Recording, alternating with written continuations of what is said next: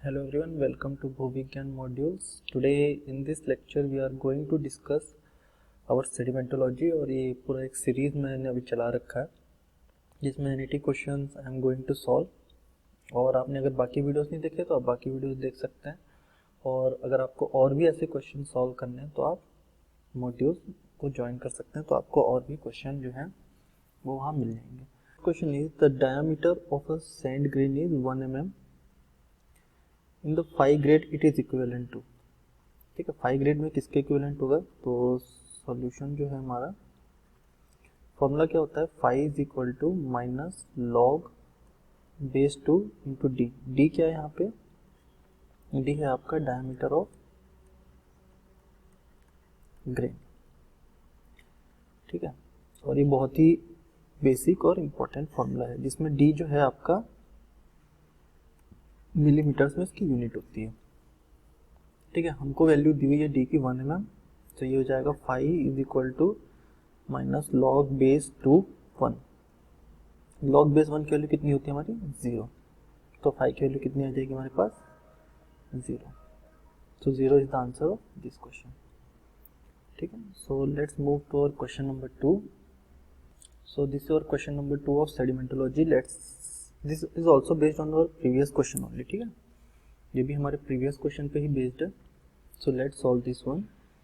The mean grain size of a sand sample is 8 to the power minus 1 millimeter. So 5 scale में इसकी क्या range होगी? तो इसको सॉल्व करते हैं हम। सो डी की वैल्यू कितनी दी हुई है हमको यहाँ पे? 8 to the power minus 1 millimetre. 5 का फॉर्मूला क्या होता है हमारा? Minus log base 2 D. So D की वैल्यू हम पुट कर देंगे, सो हो जाएगा माइनस लॉग बेस 2 8 की पावर माइनस 1। ठीक है, अभी -1 सामने आ जाता है, लॉग की प्रॉपर्टी होती है, तो ये प्लस हो जाएगा, तो हमारे पास फाइनल आ जाएगा लॉग बेस टू 8, है ना। सो लॉग बेस टू 8 को हम we can write as log base two 2 की पावर 3 लिख सकते हैं। ठीक है, तो 3 भी सामने आ जाएगा, सो दिस विल बिकम 3 लॉग 2 और लॉग 2 की वैल्यू क्या होती है हमारी? 1। सो 5 की वैल्यू कितनी आ जाएगी? 3। So the answer of this question is 3। So this is clear. So हमारा जो ये वाला फॉर्मूला है, दिस वन, ये इंपॉर्टेंट फॉर्मूला है। ठीक है, इसको हाईलाइट कर देता हूँ मैं। सो इस फॉर्मूले को आप याद रखना, और इसमें डी जो है हमारा मिलीमीटर में होता है। So let's move to the third question. So this is our third question, और ये क्वेश्चन जो है हमारा गेट में भी आया था। So the question is a vertical profile perpendicular to the crest line of a asymmetrical ripple is given in the figure. So we have to calculate the ripple index. ठीक है, so ripple index क्या होता है हमारा? Ripple index is equal to wavelength divided by height of the wave. ठीक है, और wavelength क्या होता है? जैसे आपकी एक वेव है ऐसे, तो आपका यहाँ से जो पूरा डिस्टेंस है एक कंप्लीट साइकिल का यहाँ तक, ये होती है हमारी वेवलेंथ। सो इस क्वेश्चन में जो हमारी पूरा जो वेवलेंथ दिया हुआ है ये आपका दिस वन, इसकी पूरी एक साइकिल यहाँ पे कंप्लीट हो रही है। तो ये टोटल डिस्टेंस कितना हो जाएगा हमारे पास? ये टोटल डिस्टेंस हो जाएगा हमारे पास 240 mm, और हाइट हमको गिवन है कितनी यहाँ पे? Height is given to as 60 mm।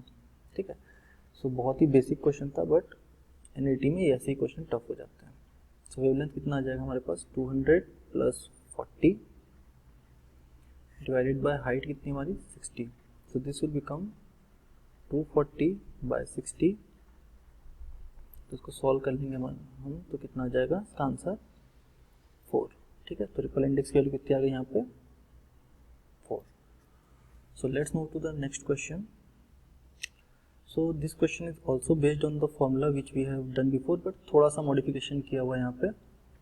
So let's check this question. So if the ripple index is equal to 7 and amplitude of the antidune is 400 centimeter, so then the wavelength of the antidune is। so यहाँ पे given क्या क्या पहले वो लिख लेते हैं हम, एक बार में सेलेक्ट हो जाए करो भाई, हाईलाइटर यूज नहीं करना है हमको।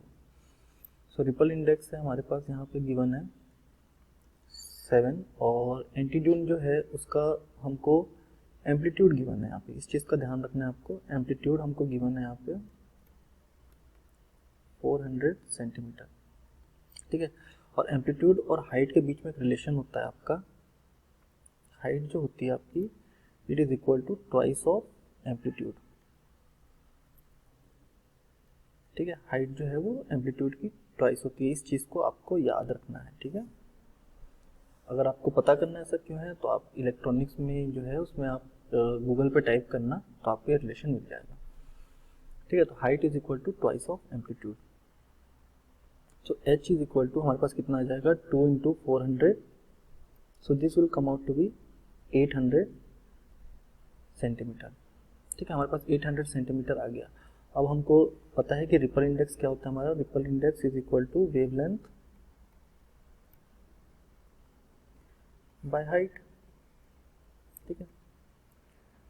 ये हमारा सैम बुक में अच्छे से दिया हुआ है, तो आप देख लेना, ठीक है। इस पे गेट पे क्वेश्चन आ रहे हैं, 2020 पे आया था, जो पिछला क्वेश्चन था ना वो गेट 2020 का था, तो जैम के बच्चों थोड़ा ध्यान रखना, ये जैम में आ सकता है।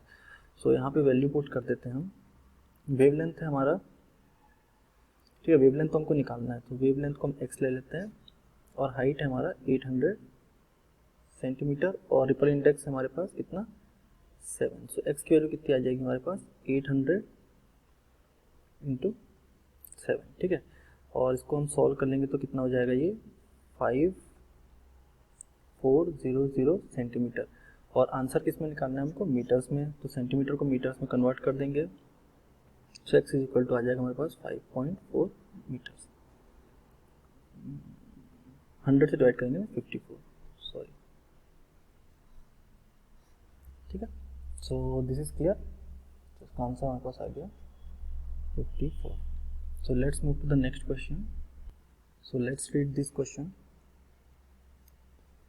A fine mud are deposited at a rate of 1 centimeter per 100 year. 1 centimetre 1000 साल में डिपॉजिट हो रहा है। Assuming a constant sedimentation rate and the absence of compaction, कोई compaction नहीं हो रहा, continuously एक के बाद एक डिपॉजिट हो रहा है। A 1 kilometer thick sequence will be deposited in how many million years, ठीक है। सो क्वेश्चन में हमको दिया है कि 1 सेंटीमीटर जो है वो 1000 सालों में डिपॉजिट हो रहा है, हमको निकालना है 1 किलोमीटर्स में, तो सेंटीमीटर को किलोमीटर में कन्वर्ट करेंगे तो कितना आ जाएगा 1 इंटू 10⁻⁻5 किलोमीटर, इतना कितने दिन में डिपॉजिट हो रहा है ये 100 ईयर्स में, ठीक है। अब इसको उधर भेज देंगे तो कितना हो जाएगा 1 kilometre is equal to 1000 divided by 10⁻⁻5 years, ठीक है। So 1 kilometre is equal to हमारे पास आ जाएगा 1000 इंटू 10⁻5 ईयर्स। हमको आंसर निकालना है मिलियन ईयर्स में, तो मिलियन ईयर्स कितना होता है आपका 10⁻6 ईयर्स होता है, तो इसको कन्वर्ट कर देंगे उस हिसाब से, तो 1 किलोमीटर हो जाएगा हमारे पास, इसको हम लिख सकते हैं ऐसे 100 इंटू 10 लिख सकते हैं इंटू 10⁻5 ईयर्स, सो 1 किलोमीटर हमारे पास आ जाएगा 100 इंटू 10⁻6 ईयर्स, और 100 इंटू 10⁻6 ईयर कितना होता है आपका 1 मिलियन ईयर होता है, so this will come out to be 1 kilometer is equal to 100 million years. So this is the solution of this question. तो इसका आंसर कितना आ जाएगा 100. This is clear. So let's move to the next question. Yeah, so question number 6. The diagram below represent the vertical cross section through the earth and बाकी हमको data यहाँ पे given है. So let's see कि क्या data हमको given है यहाँ पे. मड स्टोन की एज वगैरह दी हुई है, मड स्टोन का थिकनेस दिया हुआ है, शेल की एज दी हुई है, शेल का थिकनेस यहाँ पे गिवन है, डोलो स्टोन की एज है और डोलो स्टोन का थिकनेस है, ग्रेनाइट इंट्रूशन की एज है और ग्रेनाइट इंट्रूशन का थिकनेस यहाँ पे दिया हुआ है. ठीक है. So what we have to find out? We have to find out then the difference between the ages of sandstone and the rate of sedimentation rate before unconformity will be equal to. So sandstone कहाँ पे है? हमारा sandstone का जो bed है वो ये है, this is our sandstone bed. ठीक है, अब इसकी एज क्या होगी यहाँ पे तो गिवन नहीं है, बट इस प्रोफाइल से हम क्लियरली देख सकते हैं कि सबसे पहले हमारा जो मड स्टोन है ये वाला पोर्शन ये डिपॉजिट हुआ होगा। ठीक है, ये कुछ ऐसा डिपॉजिट हुआ होगा आपका स्ट्रेट। ठीक है, उसके बाद आपका शेल डिपॉजिट हुआ होगा यहाँ पे। ठीक है, हॉरिजॉन्टली डिपॉजिट होता है, लॉ ऑफ हमारा जो है हॉरिजॉन्टल डिपोजिशन वाला जो। ठीक है, उसका आपका डोलोस्टोन डिपॉजिट होगा। उसके बाद लास्ट में हमारा क्या हुआ होगा, ग्रेनाइटिक इंट्रूशन। ठीक है, लास्ट में जो हमारा ग्रेनाइटिक इंट्रूशन हुआ होगा दिस वन। ठीक है, ये हमारा ग्रेनाइटिक इंट्रूशन जो है वो लास्ट में हुआ। तो ग्रेनाइटिक इंट्रूशन की एज हमको कितनी दी हुई है, 80। ठीक है, तो ग्रेनाइटिक इंट्रूशन के जस्ट बाद आप देखो सैंडस्टोन का डिपोजिशन हुआ है। ठीक है, तो जो भी एज हमारी ग्रेनाइटिक इंट्रूशन की होगी उसके जस्ट बाद आपका सैंडस्टोन डिपॉजिट हुआ है, तो ग्रेनाइटिक इंट्रूशन की एज है हमारी 80 मिलियन ईयर्स। तो उसके बाद अगर हमारा सैंडस्टोन जस्ट डिपॉजिट हो रहा है तो सैंडस्टोन की एज कितनी हो जाएगी हमारे पास, 80 मिलियन ईयर्स। ठीक है, सो हमने age of sandstone find out कर ली। अब हमको फाइंड आउट करना है rate of sedimentation.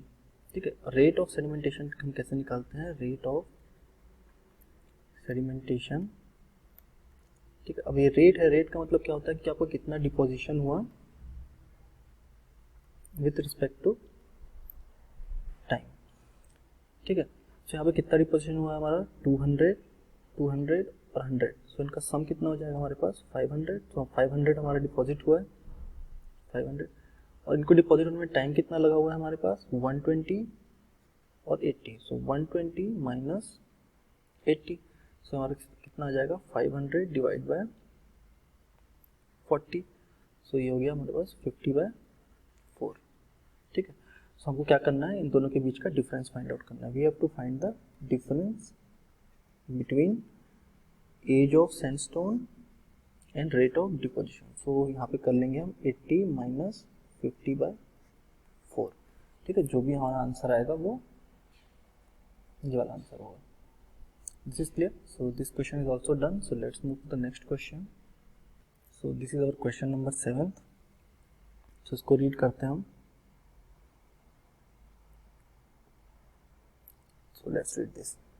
In a sedimentary sequence succession, जो यहाँ पे फिगर दिया हुआ है, the last occurrence of a fossil species Q, means this one, is dated as 50 million year, and the first occurrence of the fossil R is dated 30 million years, मतलब ये वाला। ठीक है, अब ये क्वेश्चन जैम में आया था I think so. So we have to find the rate of sedimentation. So rate of sedimentation का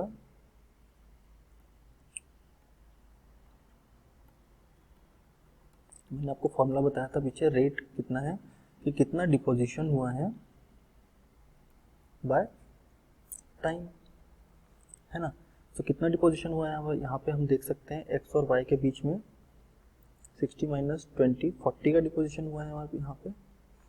ठीक है, 40 मीटर्स, हाँ मीटर्स में है, तो डिपोजिशन हो गया हमारे पास 40। और टाइम कितना लग रहा है, एक तो यहाँ पे दिया हुआ है 50 million year ago and R का है 30 million year ago. So time कितना आ गया हमारे पास 50 minus 30, so this will become 40/20। सो यहाँ से इसको सॉल्व कर लेंगे तो आ जाएगा हमारे पास 2 मीटर पर मिलियन ईयर। ठीक है, सो बहुत सिंपल सा क्वेश्चन था ये भी, लेकिन कैसा फिगर विगर देख के डर जाते हैं एग्जाम में। So this question is also done. So let's move to our next question. So question number 8 is given here. So let's read this question. In a tide dominated coast, the angle of shoreline is oriented at north 30 degree east.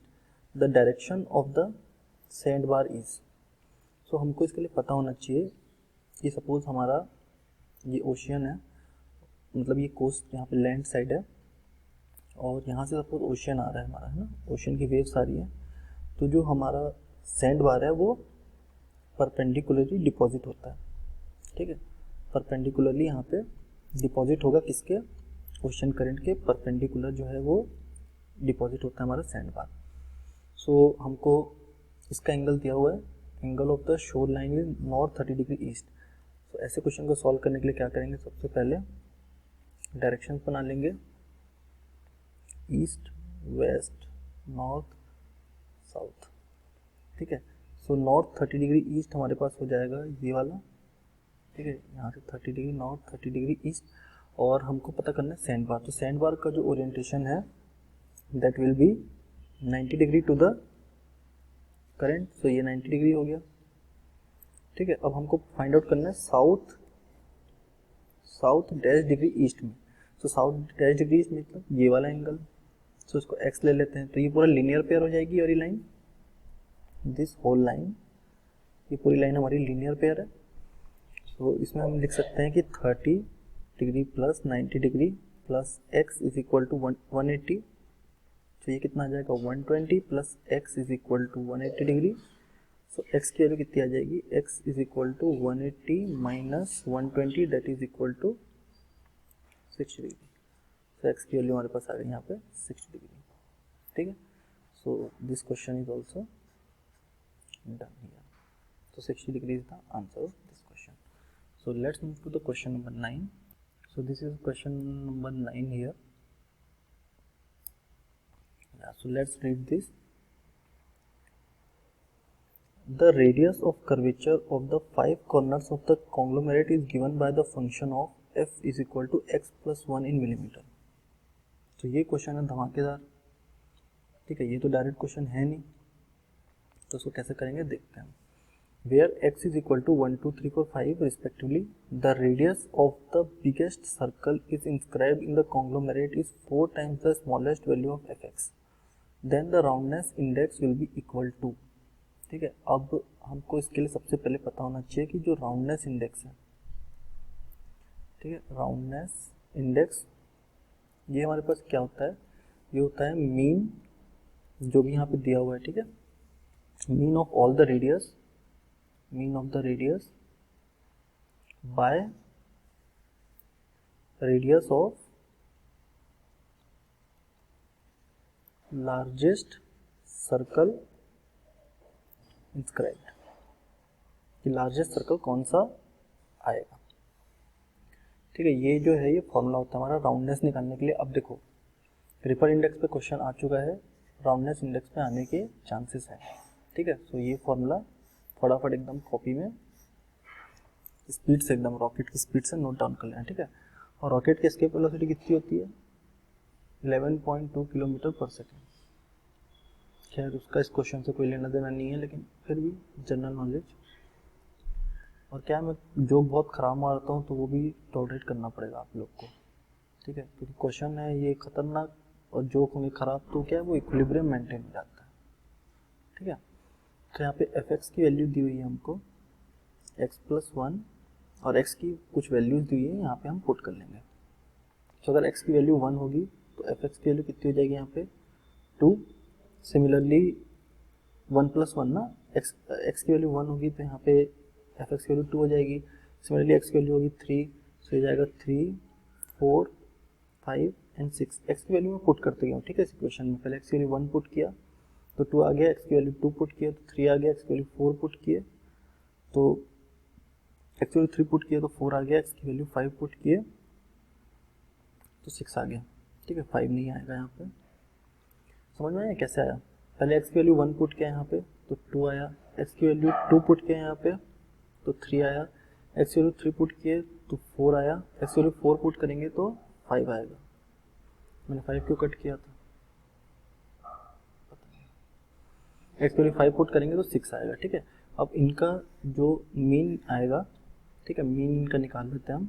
Mean is equal to 2 plus 3 plus 4 plus 5 plus 6 divide by 1, 2, 3, 4, 5 values हैं। ठीक है, इनको solve कर लेंगे तो 3 plus 2 5, 9, 14, 20। सो ये हमारे पास आ गया 20/5 which is equal to 4 centimetre. ये मीन आ गया। अब आगे का क्वेश्चन पढ़ते हैं। पिंक कलर कहाँ है, yes. So the next question is the radius of the biggest circle inscribed in the conglomerate is 4 times the smallest value of F X. तो smallest value of F X क्या है हमारे पास यहाँ पे 2। सो अगर smallest value हमारे पास 2 है तो radius of biggest circle inscribe कितना हो जाएगा, रेडियस ऑफ बिगेस्ट सर्कल जो है that is equal to how much, 4 times of the smallest value that is 8 centimetre. ठीक है, तो हमारे पास ये दो वैल्यू आ गई, 8 सेंटीमीटर और 4 centimetre. Now we have to calculate what, the roundness index. The roundness index you have to calculate, और उसका फॉर्मूला मैंने यहाँ पे लिख दिया था। So roundness index R I is equal to, mean है हमारे पास 4 centimetre divide by radius of biggest circle कौन सा हमारे पास, 8 सेंटीमीटर। सो इसका आंसर कितना आ जाएगा, 1/2 which is equal to 0.5।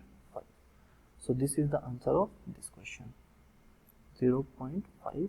2 decimal place पूछा है तो ये हो जाएगा। This clear. So let's move to the next question. So the next question is very easy. ठीक है, बस इसमें वैल्यूज जो है आपको पता होना चाहिए, और एटलीस्ट क्ले की तो पता ही होना चाहिए। So next question is the difference between the maximum and the minimum grain size of silt in shale is. ठीक है, सो हमको यहाँ पे निकालना है शेल की मैक्सिमम और मिनिमम ग्रेन साइज। तो यहाँ पे सॉल्यूशन लिख लेते हैं।